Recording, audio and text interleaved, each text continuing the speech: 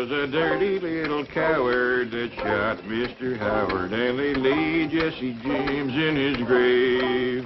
'Twas a sad... Paul, Jethro and me's awfully worried about Granny. What's she doing? Nothing. Just sitting in the kitchen, rocking and staring at the walls. She won't talk to nobody nor say hi to her. Yeah, I noticed Granny kind of drooping this morning. I reckon she misses Pearl. But them two was always scrapping. I reckon that's what she misses. You know, Granny's a lot like that band of yours, Ellie. She loves a scrap. That's the truth. Used to pleasure her considerable to throw Aunt Pearl out of her kitchen. Yeah, Granny don't want no one cooking in there except her. Jethro, I think you just come up with an idea. I did? What was it? Ellie will go out there and act like she's going to fix up a mess of victuals. That'll get Granny's hackles up. You take care of her for me, Jethro. Now, Ellie Mae, I know it's against your nature, and I know how much you love your Granny. But for her own sake, I want you to try to be real spiteful. Try to get her riled up. Do it, Paul. Hey, Uncle Jed, can I go too? After all, it was my idea. Wasn't it? Yeah, Jethro. And take that bandy along with you. Ain't nothing riles Granny more than chickens in the kitchen.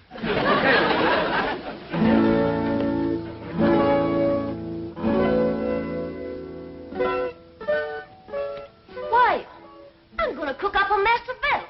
That's what I'm going to do.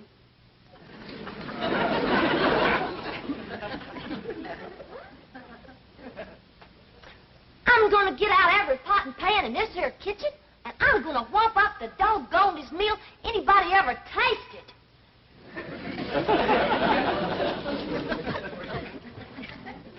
Hi, Allie. What you fixing on doing?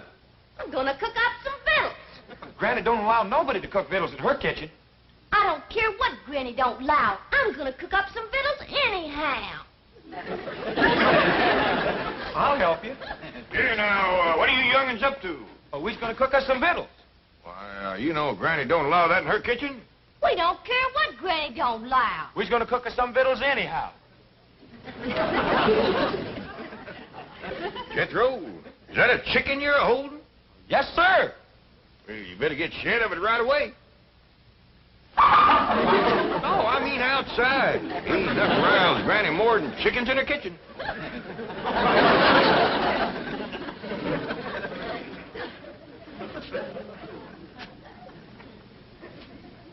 This is worse than I thought. Don't nothing rile her up. We gotta try harder. Ellie Mae, what you figuring on cooking? Grits. Grits? Why, your Granny just cooked a mess of grits last night. I know, Paul, but them was the worst mess of grits anybody ever cooked. Well, heck, I ate 4 great big heaping books. Ellie Mae Clampett, what a spiteful, riling thing to say about your Granny's cooking. Child is right, kid. I can't do nothing no more. I ain't worth the powder to blow me up with. Granny, I didn't mean it. Paul made me say it. Them was the best grits ever. They sure was, Granny. Like I was going to tell you. I ate 4 great big bowls. But Uncle Jed, he wouldn't let me tell you. And he made me throw that chicken on you, too. I don't blame Jed for wanting to get rid of me. I'm just a useless old woman. I ain't good for nothing or nobody. My time has come. Now, Granny, hold on there. No, Jed. Just do me one favor. Send me back home. I don't want to die in this foreign country. Now, hush that kind of talk. Paul, you ain't gonna let Granny... Don't try to shield me from him, young'uns. Just make it quick and merciful, Jed. Poleaxe me. Well, I sure made a mess of that. Come on, maybe we can think of something if we go outside and put our 2 chicken brains together. Oh, come on, Uncle Jed.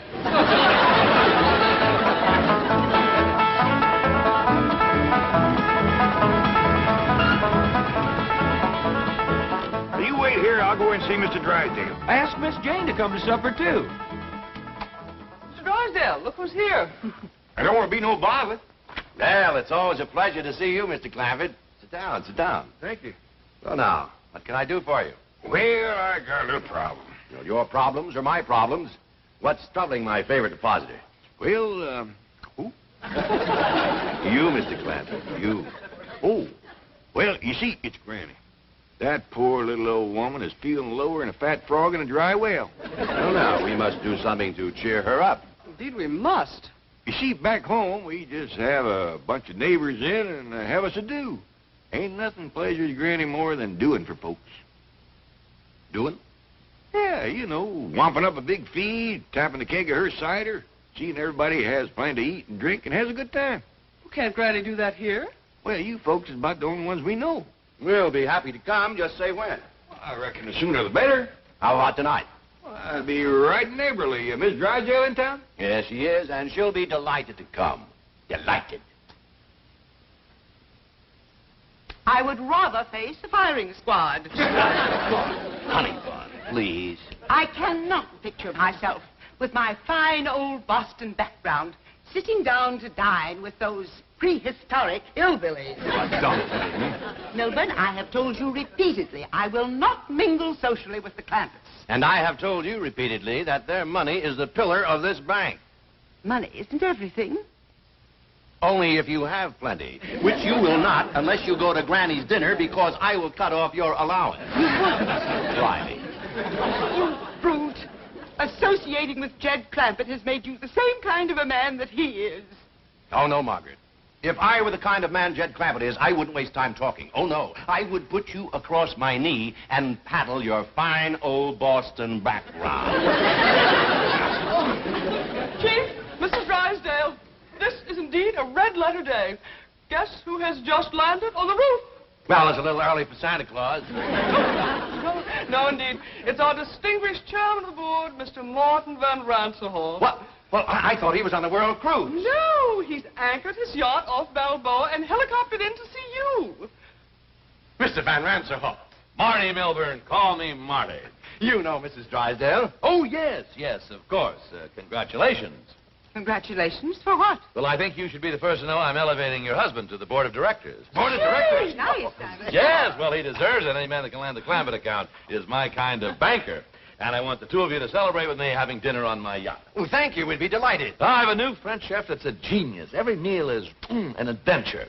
Sounds marvelous. But, darling, have you forgotten that we're dining with the Clampetts this evening? Oh, well, don't worry about that. I'll call it off. Oh, no, we won't. There's one man I want to meet, J.D. Clampett. Business genius, financial wizard, shrewd, calculating, incisive.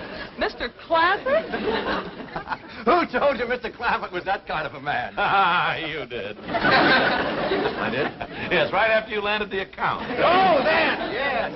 Well, he's still the same kind of man, isn't he? Of course, certainly. He's Crude.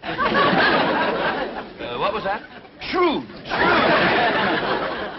Thank you, Margaret. That's just the word I was looking for. Come on, dear. I'm sure you want to rush out and buy yourself a new wardrobe to celebrate your husband's promotion. I'm doubling your allowance. Hilton, now you see what trouble mingling with the lower classes can bring. What do you intend to do? Just what any decent, sensible man would do who has lied his way into trouble. I'm going to lie my way out. Oh, Mr. Van Ranshoff. Marty. Oh, yes, Marty. Well, the Clampetts won't be able to have dinner with us on your yacht. Oh, why not? Well, it was foolish of me to forget this, but they're rather susceptible to seasickness, sort of a family characteristic. Well, that's ridiculous. They won't get seasick on my yacht. Compared to mine, the Vanderbilts have a rowboat. The whole dining saloon is as solid as this building. Just being near the ocean upsets them. Yeah, what a shame. I was going to fly the entire Lido de Paris show down from Las Vegas. Entire company, a little entertainment during dinner. What's a meal without some atmosphere, huh? Just one of those things. Now, I'll tell you what you do. Jane, charter me a jet, see? We'll fly everywhere to Hawaii, have a little luau, everywhere, moons or mama. The hula, you do the hula? It'll be a ball. I'm sorry, they're also subject to air sickness. You just can't have an ordinary dinner for a sophisticated man of the world like J.D. Clampett. Sophisticated man of the world? That's what Milburn says. Bon vivant, international financier. Those were your exact words. They were? Oh, they were, yeah. I tell you what, I haven't done this in years. Jane, get charter a train, see, and I'll get the galley crew and the chef. We'll have an orchestra in the club car. Dinner on the train and dessert in San Francisco. Should be $1 million less. Last time I did this was between Paris and San Moritz. Had everybody dressed as Swiss yodel. St. Bernard dogs running with kegs of brandy. end of the night. Bow, wow, wow. I tell you, the Duke and Duchess, it really was embarrassing. What's the matter? They get train sick, too. Well, how do these people travel? In space capsules? Just don't stand there. Come up with an idea. I'm racking my brain, believe me.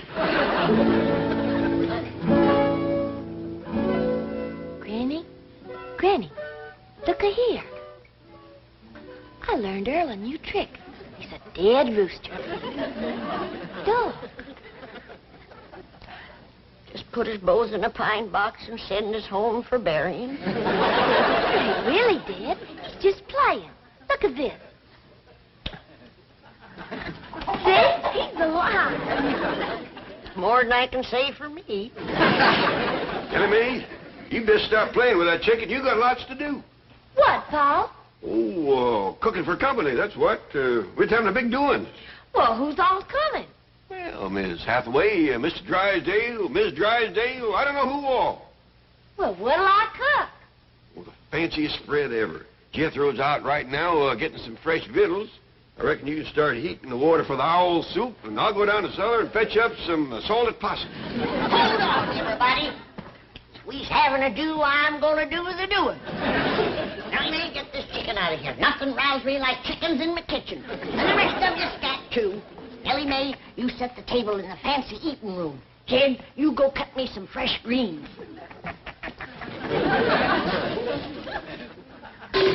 Oh, we're going to have a doing for the folks next door. I'll bake 'em up a possum and plenty victuals more. We'll have a keg of cider and a little Mountain Dew, and we'll all have ourselves up hullabaloo.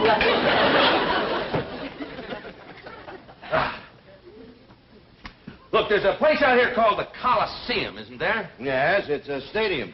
Oh, good. We'll hire it for the night. Tell you what, we'll have a Roman bacchanal, see? All the guests will wear togas. They'll have laurel wreaths in the hair. Marty, Yes? I don't think you can get the Coliseum on such short Well, I'll notice. tell you what, we'll get Grauman's Chinese. That's the theater. Rent the theater, you understand? Have all the guests dressed in kimonos, and we'll have dinner out in the forecourt. Oh, and by the way, Jane, get me some fresh cement. I'll bet you Jed Clampett never put his footprints in wet cement while eating fried shrimp. Well, to tell you the truth. Oh, I know what you're going to say. That's the trouble with fellas like Clampett and me. We've been everywhere. We've done everything. There just are no new thrills. Yeah, that's probably why the Clampetts are such a secluded family. They never go out. Hey, by the way, you're going there for dinner tonight, aren't you? Well, yes, but... Jane, call them and ask if I could impose on their hospitality. I just got to meet the Clampett. No, don't call. Well, why not? Well, they don't like to talk on the telephone. Now, I'll go up there in person and speak to them on your behalf. Oh, good boy. Look, just in case, I better get a date for tonight. Get me Liz Taylor on the telephone. I believe she's in Europe. Judge Gabor. Paula Bridgerton married. Susan Hayward married. Jane Mansfield married. Jane Hathaway. Single. Who is she? Yours truly. Yeah, Shirley MacLaine married. Mr. Van Ranserhoff, I think I should tell you that I already have an invitation to the Clampetts for dinner tonight. We are very good friends. Very close. Really? Listen.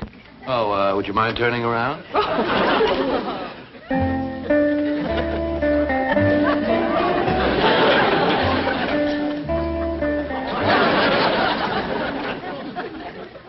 Debbie Reynolds is married. Van Ranserhoff, I think you should also know that the Clampetts do not, as they say, cotton to strangers. Miss Hathaway, let me say that you have a date for this evening. Jolly good. But, a word of caution. The fact that I have appeared eager might lead you to believe that I am a girl with whom you could take liberties. Nothing could be further from the truth. I permit no familiarity on the first date. Bless you, my girl. I can't tell you how sorry I am, Mr. Clampett, but you see, Mr. Van Ranserhoff is my boss. Well, bring him along. Granny's got plenty of possum, grits, and owl soup. Well, I'd love to bring him, but he has dinner planned on his yacht, and I have to do what he wants. I'm terribly sorry. Well, so am I. Poor Granny is going to be like a mule kick to her. Well, Tell her we'll come tomorrow night or tomorrow morning for breakfast if she likes, but tonight I have to be with Mr. Van Ranselhoff. Well, I understand. Thank you, Mr. Clampett. Thank you very much.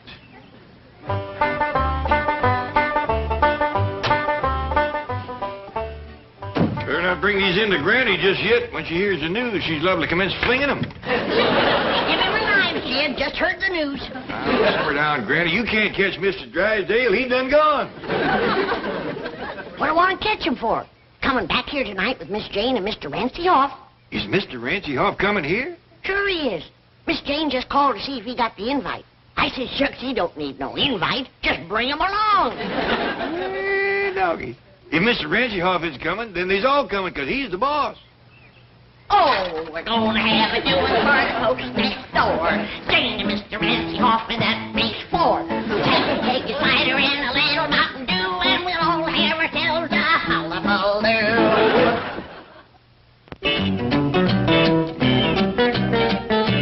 What do you mean Ranselhoff's going to the Clampetts? I'll be exposed. I'll be ruined. Chief, veritas vincit omnia. If that's the name of a poison, get me some. See, truth conquers all. Tell Mr. Van Ranselhoff the truth. Admit that you deceived him. Do you know what happened to the last man who admitted that to Ranselhoff? He is now working at the bank at Moose Jaw, Alaska. He goes to work in a dog sled. I have an idea. I am Mr. Van Ranselhoff's date tonight. I'll tell him the truth. I'll pick a romantic moment and seal it with a kiss. Are you kidding? He has a bank north of Moose Jaw. Wait till you see the divine gown I purchased. It was designed especially for an evening on a yacht. We'll take it back and try to get something as good for a day on a dog sled.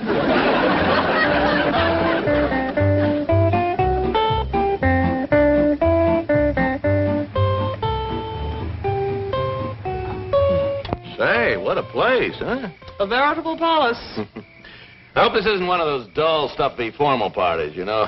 Last week I went to one at Buckingham Palace with the liveried servants and the protocol. Not a laugh all evening. Well, I doubt very much it will be formal. On the contrary, Don't tell me. I love surprises. Elsa Maxwell gave me a surprise party last month at the Waldorf Astoria. Converted the main ballroom into Sahara Desert. Sand dunes and camels, real camels. Everybody came as chic. She came as a belly dancer, and I was Lawrence of Arabia. Oh, what a laugh.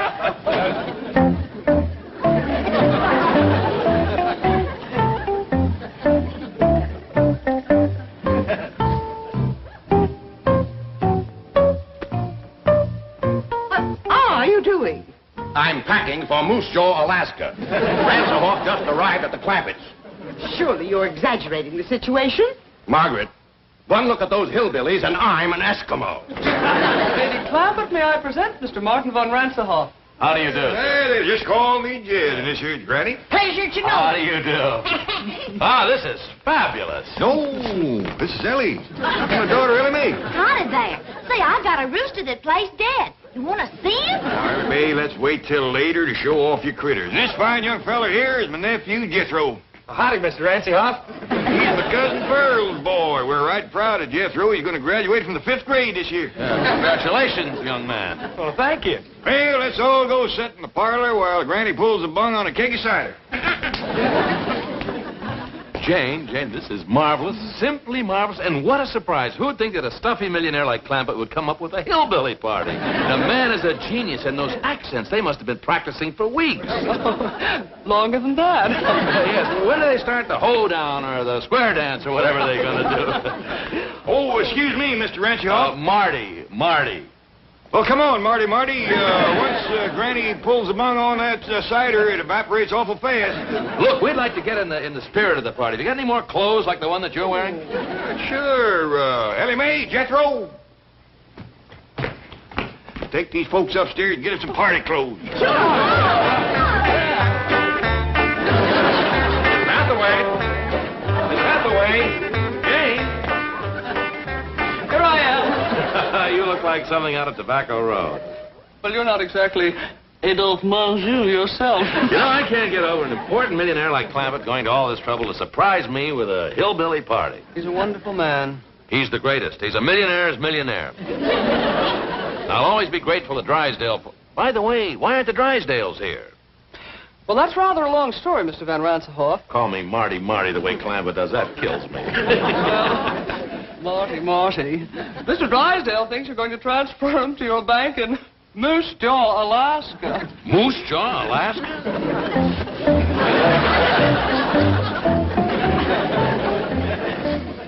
Milton, what are you doing? I'm trying to figure out if I can convert these into snowshoes. I've had enough of this ridiculous nonsense. Are we going to dinner or not? No, that depends. Mr. Van Ransenhoff spoke so highly of his French chef. I'm simply dying for a Chateaubriand. How would you feel about a nice big dish of flaming blubber? I hear square dance music. What does that mean? It probably means that Ranselhoff has left. He's on his way over here, and we're on our way to Moose Jaw.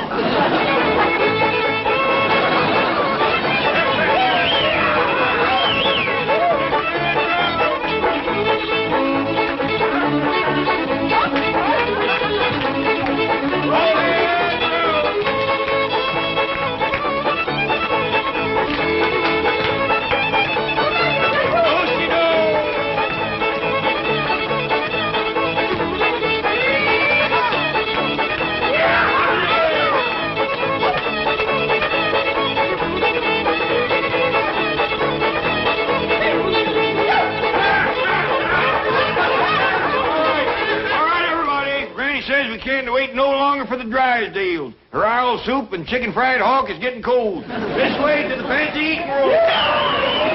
Owl soup and chicken fried hawk. What a sense of humor. Drysdale missing the party of the year. A doozy do.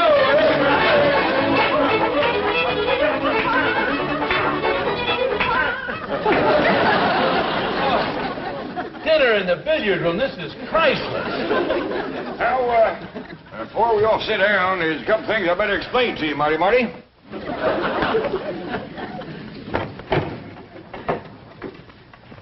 Now, these sticks with the notches in them is the pot passers. And these pointy ones here is the meat stabbers.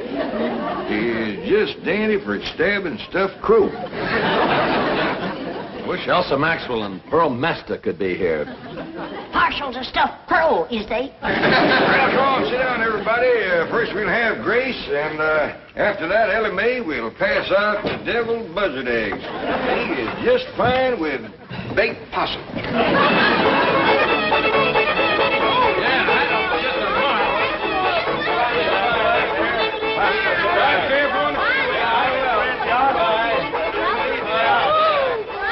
I tell you, fabulous.